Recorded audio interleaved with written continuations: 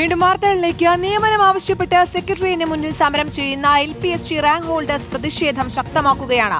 സമരം 32ാം ദിവസത്തിലേക്ക് കടന്നതോടെ ഇന്നു മുതൽ കൂടുതൽ പേർ കൂട്ടനിരാഹാരം ആരംഭിക്കും.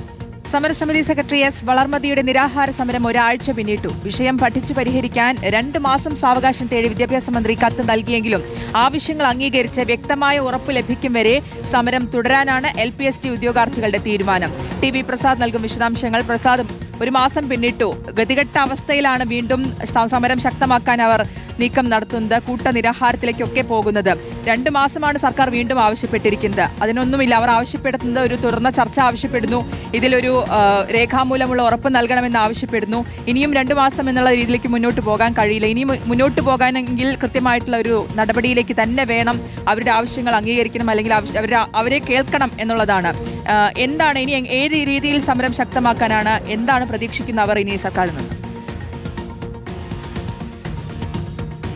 ശ്രുതി, കീർത്തന, എല്ലാ സർക്കാരുകളും PSC ഉദ്യോഗാർത്ഥികളോട് ഇങ്ങനെയാണ് എന്നുള്ളതാണ് സമരം ചെയ്യുന്ന റാങ്ക് ഹോൾഡേഴ്സ് പറയുന്നത്. നമുക്കറിയാവുന്നതുപോലെ 30 ദിവസം പിന്നിടുകയാണ് LP school teachers rank holders അവരുടെ സമരം.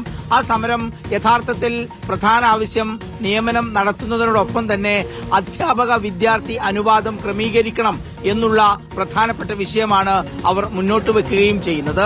1 മാസത്തിലേറെ തുടരുന്ന സമരം അത് കൂടുതൽ കടുപ്പിക്കുകയാണ്. അവർ കൂട്ടനിരാഹാരത്തിലേക്ക് ഇന്നു മുതൽ മുന്നോട്ട് പോകുന്നു എന്നതാണ്. നേരത്തെ സെക്രട്ടേറിയറ്റിന് മുന്നിൽ വലിയ തോതിൽ സമരം നടന്നപ്പോഴെല്ലാം അവരോട് ഐക്യദാർഢ്യം പ്രകടിപ്പിച്ചവരാണ് ഇന്ന് മുഖ്യമന്ത്രിയും മറ്റ് മന്ത്രിമാരുമായി സർക്കാരിൽ നിൽക്കുന്നത് എന്നുള്ളത് ഒരു വിരോധാഭാസം തന്നെയാണ്. സമരം നടത്തി 1 മാസം പിന്നിടുന്ന സമയത്ത് കഴിഞ്ഞ വാർത്താ സമ്മേളനത്തിൽ ഞങ്ങളുടെ റിപ്പോർട്ടറുടെ ചോദ്യത്തിനാണ് മുഖ്യമന്ത്രി ആ മറുപടി നൽകിയത്. 2 മാസം കൂടി സമയം വേണമെന്ന് PSC ഉദ്യോഗാർത്ഥികളെ അറിയിച്ചിട്ടുണ്ട് എന്നുള്ളത്. പക്ഷേ അത് പോരാ എന്നുള്ളതാണ് ആ റാങ്ക് ഹോൾഡേഴ്സ് പറയുന്നത്. ഉടനടി തീരുമാനമുണ്ടാകണം, ചർച്ച ചെയ്യണം. കഴിഞ്ഞ 1 മാസത്തിലേറെയായി നമ്മളിവിടെ കിടക്കുകയാണ്. എത്രയും പെട്ടെന്ന് നിയമനം നടക്കണം. അതുപോലെ അധ്യാപക വിദ്യാർത്ഥി അനുപാതം ക്രമീകരിക്കണം എന്ന ആവശ്യത്തിൽ നിന്ന് പിന്നോട്ടില്ല. എന്തായാലും ഇന്നു മുതൽ സമരം അതിന്റെ മറ്റു തലത്തിലേക്ക് കടക്കുന്നു എന്നതാണ്.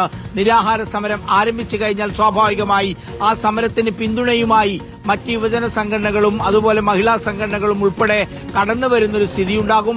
കൂടുതൽ പ്രക്ഷോഭത്തിലേക്ക് അത് പോകാനുള്ള സാധ്യതയാണ് കാണുന്നത്. ഡൽഹിയിൽ നടന്ന സമരത്തിന്റെ കൂടി ആവേശത്തിൽ ഒന്നുകൂടി കടുപ്പിക്കുകയാണ് തലസ്ഥാനത്തെ റാങ്ക് ഹോൾഡേഴ്സിന്റെ സമരം. ശ്രുതി, കീർത്തന. ഓക്കെ, വ്യക്തമാണ്. സമരം ശക്തമാക്കുകയാണ് 32ാം ദിവസത്തിലേക്ക് കടക്കുമ്പോൾ. വിശദാംശങ്ങളാണ് TV പ്രസാദ് നൽകിയത്.